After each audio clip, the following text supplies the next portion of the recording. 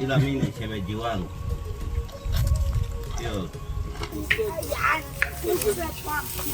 The strange tribe would rather die of starvation than grow crops and raise livestock, do not know what money is, refuse civilization, live like 10,000 years ago, keep the habit of live off to Mother Earth. Welcome back to Top 10 Mysteries. Today we went to see where the tribe has sex before marriage. Husband and wife have no strings attached. They like to come together, but when they reach the top, they leave easily. Or see that the hut is even more shabby than a thatched hut. When there is sun and rain, people are indoors. But it is also like outdoors. And to fully explore the life of the tribe that rejects civilization, let's watch the video, Strange Things About the Hadzabe Tribe.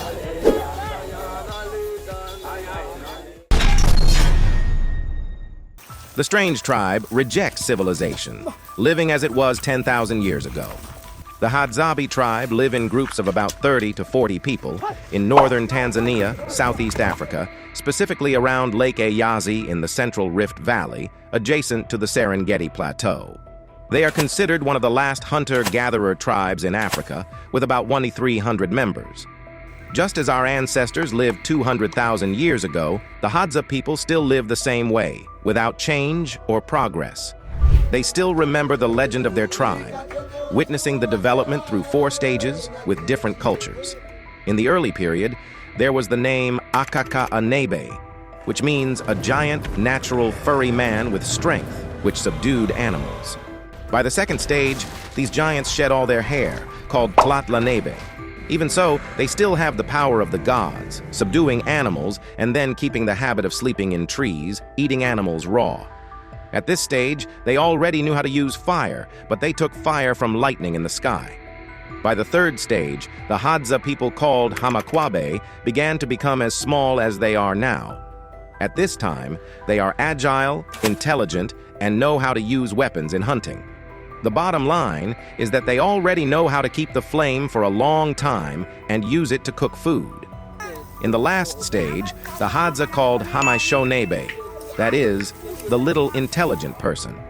The highlight of this period was that they found the flame by acting on the rock to produce heat.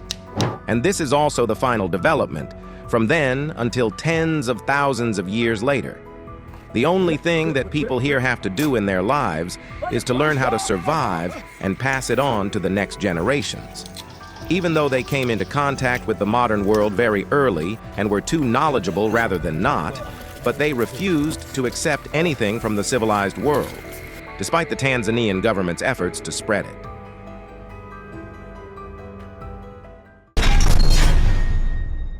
Stunned by the marriage relationship, the inhabitants of this tribe came and went wherever they wanted, joining any group of Hadza people they met. Getting married is also extremely simple.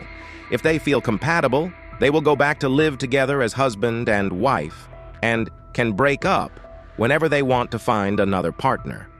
If a couple has lived together for more than 20 years, they must move in with their wife's mother. On the contrary, if the couple has not been close to each other for more than 2 weeks, they are considered unmarried. The important thing is that they can comfortably have sex with anyone without worrying about being badmouthed. You may already know that have a meal before the gong is a taboo for women in feudal society. A woman who gets pregnant before get married will be listed as a promiscuous and immoral woman, violating fine customs and corrupting family traditions. The punishment is to peel their heads, apply lime, release rafts, drift in the river, or mildly be ridiculed and humiliated by the villagers, forcing them to leave the country. But in the past few years, this idiom has become invalid. And it's funny that this tribe is all old, just having sex is catching up so quickly. That is different from the Raglai people, who consider sex very sacred, supervised by gods. Anyone who violates will be caught face down on a stone by the village chief and whipped with a whip all over his body in the presence of a large number of villagers.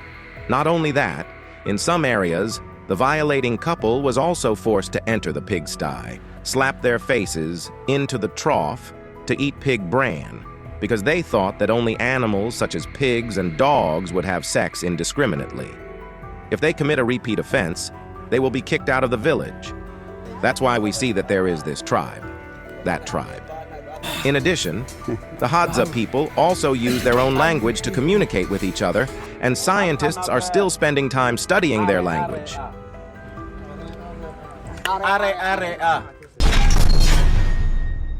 The way of eating couldn't be more primitive. You will hardly imagine that the Hadzabe tribe does not use clean water, just sticks their heads into the lake to drink water with animals, just like the animals, very immersed in nature. There are even vast grassy fields and fertile land, but they do not cultivate crops, raise livestock. Even if they starve, they refuse to grow food. The Hadzabe people only forage for food for the day and do not think about breeding or protecting that food source. When digging up the roots of trees and fruits, they do not leave a few varieties so that they can grow, kind of eliminating the tree's lifeline. The most common tool they use is the bow and arrow to hunt baboons, snakes, lions, and other wild animals. Early in the morning, the Hadzabe man climbed the treetops to look for animals. They learn to hunt from a young age, so even a child of about 10 years old can shoot a hedgehog, rabbit, squirrel, or bird, and the tribe even risks crawling into a cave to hunt animals, or they can disguise themselves and wait. Sometimes they also eat raw meat unprocessed. Every day, men go hunting, looking for honey, and women dig tubers and pick fruits. After eating all the food, the men organize a hunt again. Here, people do not exchange and do not hoard any kind of food, so trading is just a name. In short, they rarely starve to death. And there are no lighters or gas stoves, all use stones with sticks like this. Have anyone tried and succeeded in making fire? Show me the arms of the masters. After grilling the meat, skewer it into a stick and put it on the grill and eat the bait on the spot. When you get bored with baking, you boil it like this. All homegrown ingredients created by Mother Nature. It's simply because someone told them to do it, not because they're worried about the risk of disease from eating raw food. But according to a professor at a British university, members of this tribe have 40% higher levels of gut bacteria than Westerners, which helps them fight off certain diseases such as diabetes. Asthma? Better. Even the vegetables they are picking are just leaves, and then put them in an aluminum pot to boil. But those who have experienced it can do it. But it is easy to pick those finger leaves if you ask for learning. And the fruit is also the fruit of the baobab tree, a typical plant of Africa. Not only do they hunt baboons here, they also use porcupine meat, which is said to taste no less than barbecue. More strangely, they switched to beeswax, and honey was an important part of the menu of the Hadzabe. When taking honey, they also do not skillfully collect honey so that the bees can come back and make honey again. Instead, they break the hive, driving the bees away. In short, 80% of their food is from tree roots and fruits. The remaining 20% is from wild animal meat and honey.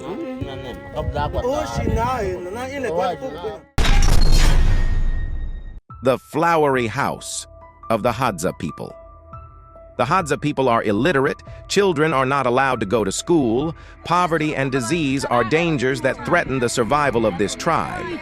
In the wilderness, you will find that there are no electronics and no currency, let alone companies and schools.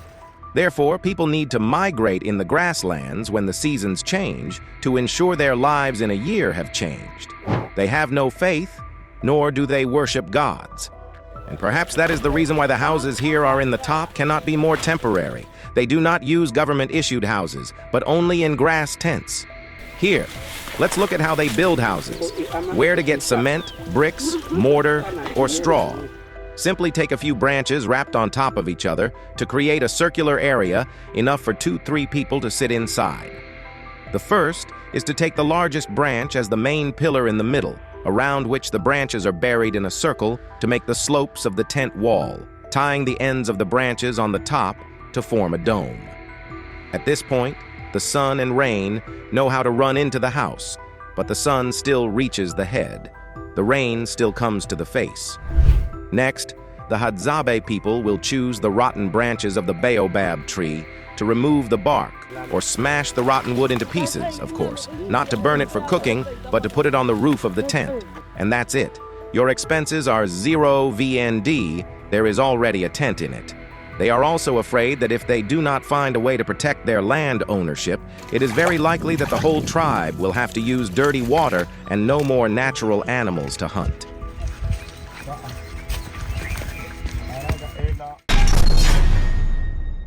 How to hunt full of experience.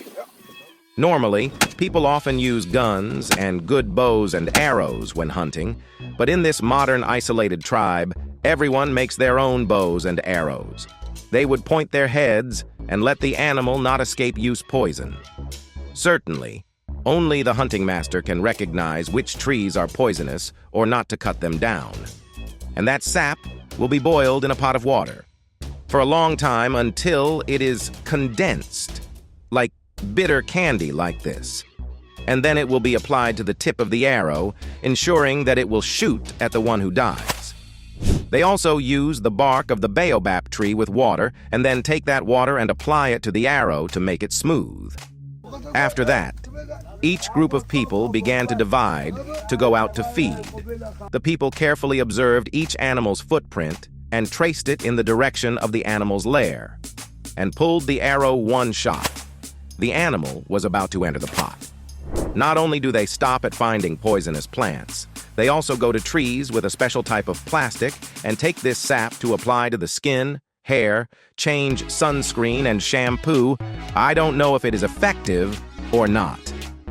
Sometimes you can live here for a long time and apply for the position of Minister of Agriculture. You know all the plants and grasses, and each sin refuses to plant.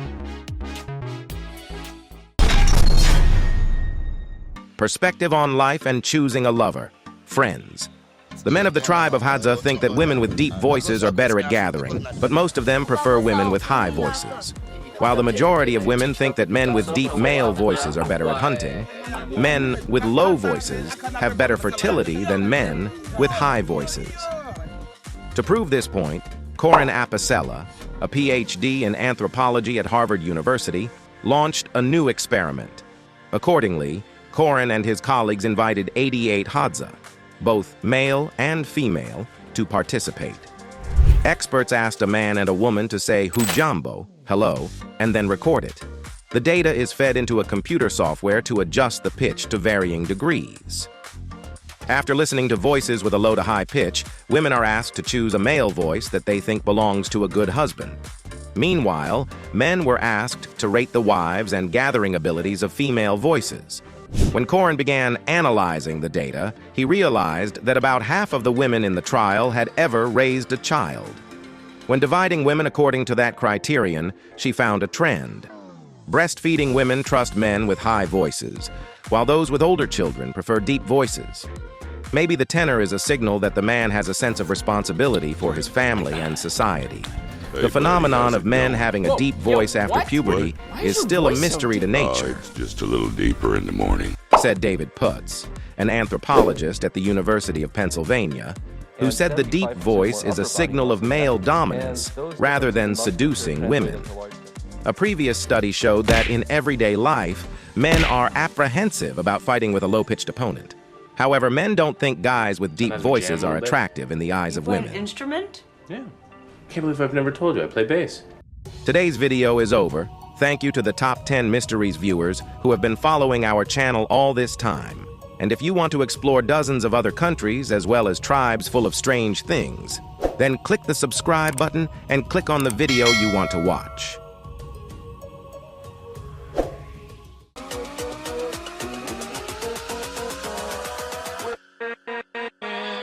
with